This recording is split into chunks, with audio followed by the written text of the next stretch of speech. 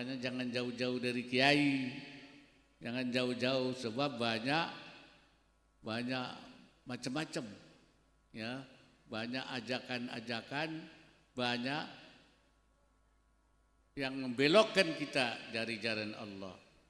Bahkan kata sahibul i'ana wa yamdahuna man la yastahilul madha, mereka memuji orang yang tidak sepatutnya dipuji, tapi dipuji limuwafaqati iyahum, karena cocok dengan diri mereka, wasukutihi ala batilihim, dan diam saja terhadap kebatilannya. Nah, orang yang cocok dan tidak membiarkan kebatilan, itu yang dipuji, mestinya tidak dipuji.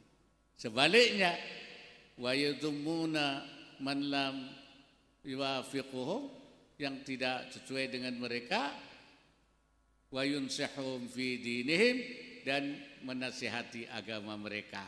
Inilah ciri-ciri zaman itu. Pasti yang kesininya itu semakin, karena adanya tadi disrupsi informasi namanya, ada informasi yang keliru, yang terbolak-balik, yang terdisrupsi, sehingga banyak orang yang terbawa, yang dipengaruhi apanya, akidahnya banyak yang nyimpang, ya, bukan kepada Allah, tapi sering mintanya kepada manusia, betul? Bukan datang kepada Allah, datangnya kepada dukun, betul?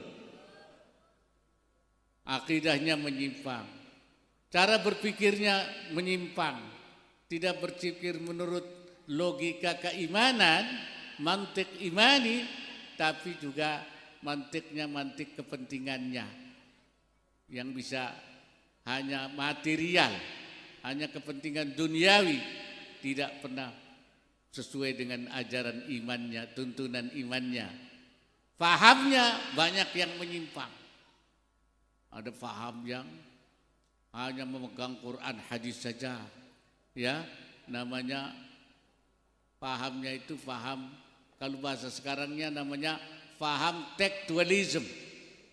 Kalau bahasanya Imam Al-Qarafi, fahamnya itu faham namanya itu al-jumud 'alal manqulat, ya, dia statis terhadap teks-teks Quran dan hadis saja, ya.